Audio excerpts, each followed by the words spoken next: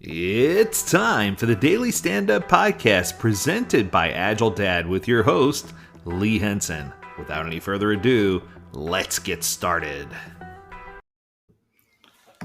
I think in just about every one of my recent classes, I've had students ask me to do additional coverage on the Daily Scrum. So I thought it'd be good.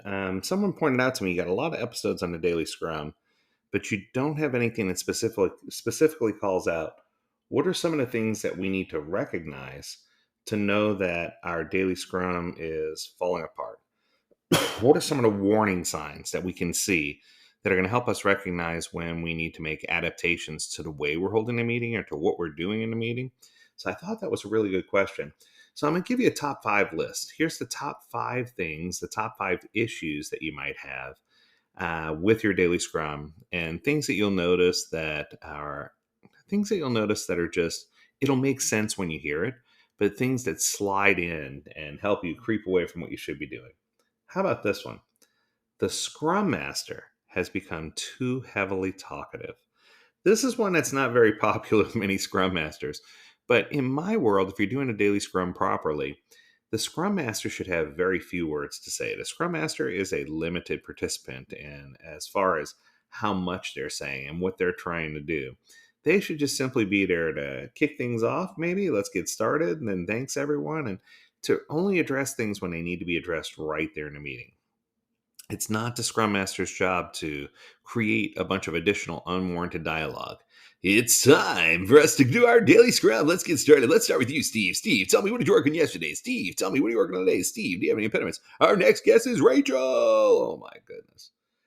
Those kind of stand-ups, those kind of daily scrums drive me crazy, right? Our goal should be to have a Scrum Master who goes in, and the other part of it, I guess I got to get this out of the way too, is when they try to table everything. Oh, let's table that. Let's take that offline.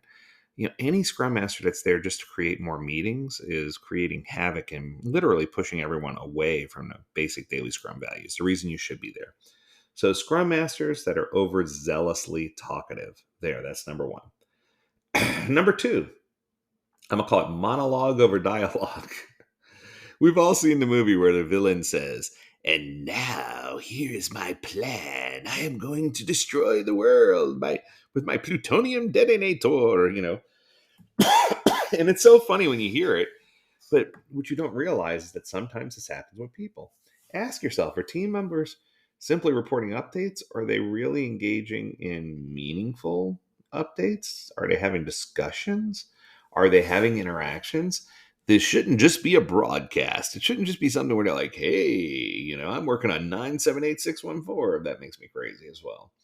I want to make sure that we have dialogue. Different people should be speaking 30 seconds or less. Crank out the dialogue, get some people talking. And if you get people talking, that's going to lead to the second one.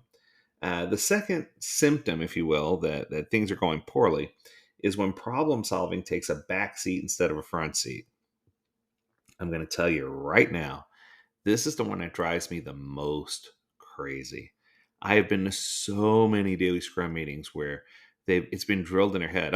We can't solve the problem in the meeting. Let's take it offline. Take it up. I'm just like, oh, come on. 90% of the problems can be solved in 30 seconds or less. Let them solve the problem. If someone's going long-winded, yeah, okay, we can take that offline. But the whole purpose of the daily scrum is the platform to make sure we understand who owns which problems. And if it's a lightweight solution, to go ahead and resolve it. If it's something that you're just reporting on, but it's never addressed, or if it's something where everything's being taken offline, then you've destroyed the purpose of this meeting. And that's not where you want to be. You want to make sure that if you're having this meeting, that you're having it for the right purpose. And one of those purposes is to eliminate problems. All right, so let's go to number 4. Number 4 is when you start seeing attendance or engagement dwindle. If you started this meeting and the first week you're doing it, you had 10 to 12 people there. Next week you have 4 people there or 5. That's kind of a sign that it's not going the way it's supposed to, especially if you have dwindling stakeholders or people who care about things and they just stop caring and stop coming. If team members are regularly missing a meeting, that's a big issue. But if you see that there are other people who normally have skin in the game, have buy-in, and want to know what's going on, and they start missing the meeting, then something's terribly wrong, right? So I think for this one, you just need to make sure that people are engaged, that they're talking, and that attendance doesn't just go through the floor. And finally, the misconception of the meeting's purpose. If your daily scrum is turned into a pure status report, if everyone's looking at the product owner or the scrum master when they report, and they're looking, I call it the stare of death, and all eyes turn to them. Yesterday, this is what I did for you, Grand Master. Master, today I'm going to do this, Master. Oh my goodness, stop. This isn't like Lord of the Rings or Harry Potter. Somebody throw that guy a sock. I think you get where I'm going with this, right? Sometimes you need to understand the meeting's purpose. The daily scrum, the purpose of the daily scrum, and this is from the Scrum Guide, is for the development team to synchronize their efforts and plan their work, not to report on simple progress to the product owner or the Scrum Master there. That's pretty simple, right? It's pretty straightforward. And I think that if you look out for these 5 things and you notice that they're happening, I guess the big question is, okay, Lee, now I know what to look out for, but what do I do? How do we course correct?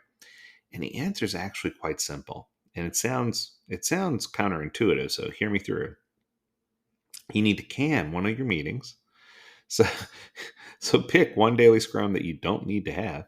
And during that daily scrum time frame, review the rules of engagement for meetings with the team and ask them, does this make sense? Why do we do this? Why are we behaving this way? And literally walk through each of the different rules of engagement. Now, if you don't have a list of those rules, I'd love to provide you with those. Just shoot over an email or comment below, and we'll make sure we get you a list of those rules of engagement that comes straight from our certified Scrum Master class. And just so you know, full transparency, this list of rules that I got came straight from Ken Schwaber, and I want to make sure I drum roll this, back in 2003. So this is how it was originally intended. What I can tell you is that if you execute this meeting the way it was originally intended, it's going to be a high value, very short, quick meeting.